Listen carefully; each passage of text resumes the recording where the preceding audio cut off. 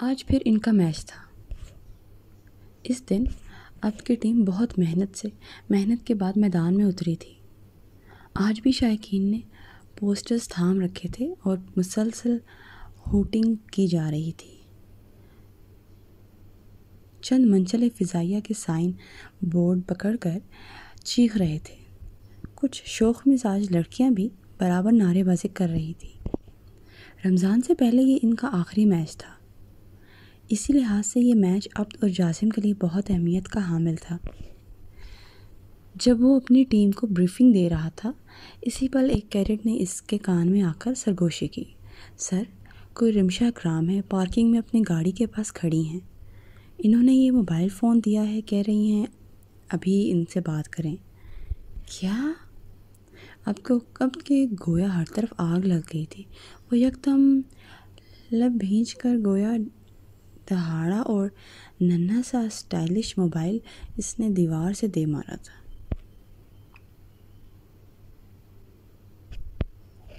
تب ہی صوب اس کے قریب چلا آیا۔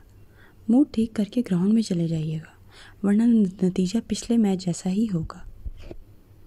تمہاری کسر باقی رہ گئی تھی، تم بھی آ کر جلا لو۔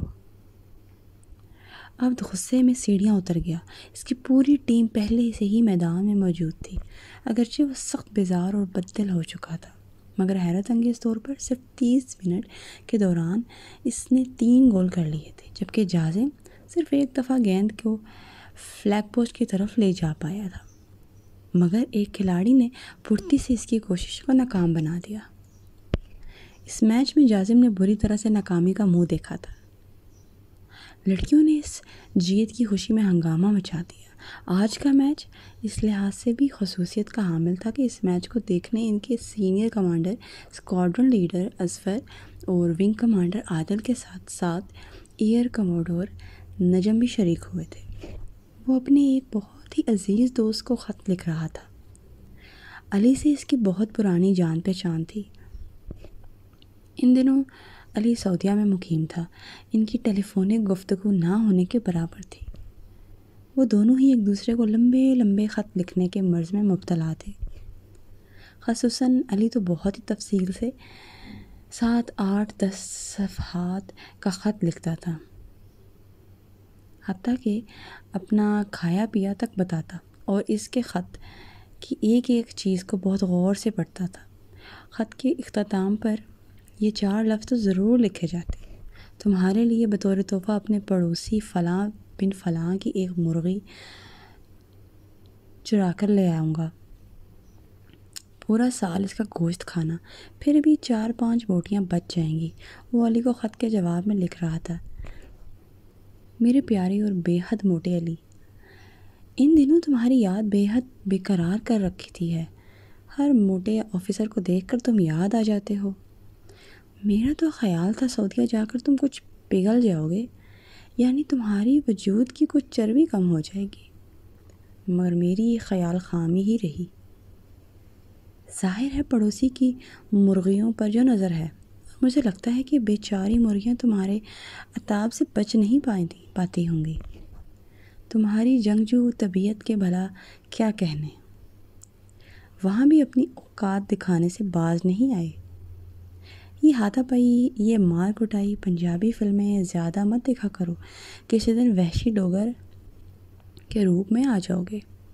اور ہاں، تمہیں خالہ اور ماما بہت یاد کرتی ہیں۔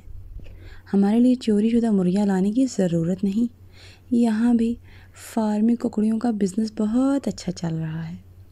اگر کچھ لانا چاہتے ہو تو خالہ کے لیے عقیق اور اصلی زعفران لانا، ماما کے لیے ویلوٹ کی جائے نماز، اور مونا مینا کے لیے تسبیح اور کھجوریں، اناس لالا کے لیے اصلی کھجوری ٹوپی، صوب کے لیے پورے 1000 شمارے والی لمبی سی تسبیح، جبکہ میرے لیے ان چیزوں میں سے تو کچھ بھی نہیں رہ گیا، سو ایک جاپانی میوزک سسٹم ضرور لے آنا، اور جو تم نے پیانو لانے کا وعدہ کر رکھا تھا وہ تو ابھی تک پورا نہیں کیا، بس فرمائشوں کی لسٹ بنوا لیتے ہو۔ اللہ جھوٹ نہ بلوائے، آج تک تم نے ایک بھی فرمائش پوری نہیں کی۔ وہ بڑے خوشگوار موڈ میں خط لکھنے میں مگن تھا۔ علی بہت عرصے تک اس کا پڑوسی بھی رہا تھا۔ اس کے والدین حیات نہیں تھے اور کوئی بھی بہن بھائی نہیں تھا۔ وہ اپنی نانی کے ساتھ رہتا تھا۔ نانی کا انتقال ہو گیا تو وہ اپنے ماموں کے پاس سعودیہ چلا گیا۔ ماموں بے اولاد تھے، سو یہ ان کے ساتھ رہنے لگا۔ عبد کے پاس اس وقت علی کی کوئی 150 کے قریب خط محفوظ تھے۔ جب کبھی وہ ذرا بوریت محسوس کرنے لگتا تھا، علی کے خطوط کا خزانہ نکال کر بیٹھ جاتا اور پھر مسکراہٹ اس کے ہونٹوں سے چپک کر رہ جاتی، مگر اس موبائل فون کو گویا عبد کے ہونٹوں کی مسکان سے بیر ہو چلا تھا۔ تب ہی تو پرسکون ماحول میں ایسا بے ہنگم ارتعاش پیدا ہوتا تھا کہ عبد کی ساری توجہ اور معافیت ایک چھناکے سے ٹوٹ گئی۔ اس نے قلم ہاتھ میں پکڑے موبائل اٹھا کر کان سے لگا لیا۔ فلائٹ لیفٹیننٹ عبد جرار سے بات کروا دیں؟ وہی کھنکتی آواز اور شگفتہ لہجہ۔ عبد میں ایک گہری سانس بھری اور دھیمی آواز سے بولا، فرمائیے۔ ہم نے کیا فرمانا ہے، فرماتے تو آپ ہیں۔ ایسا تلخ مزاج، اللہ کی پناہ۔ اس نے گویا موبائل چھوڑ کر کانوں کو ہاتھ لگائے تھے۔ وہ خاموشی سے سنتا رہا۔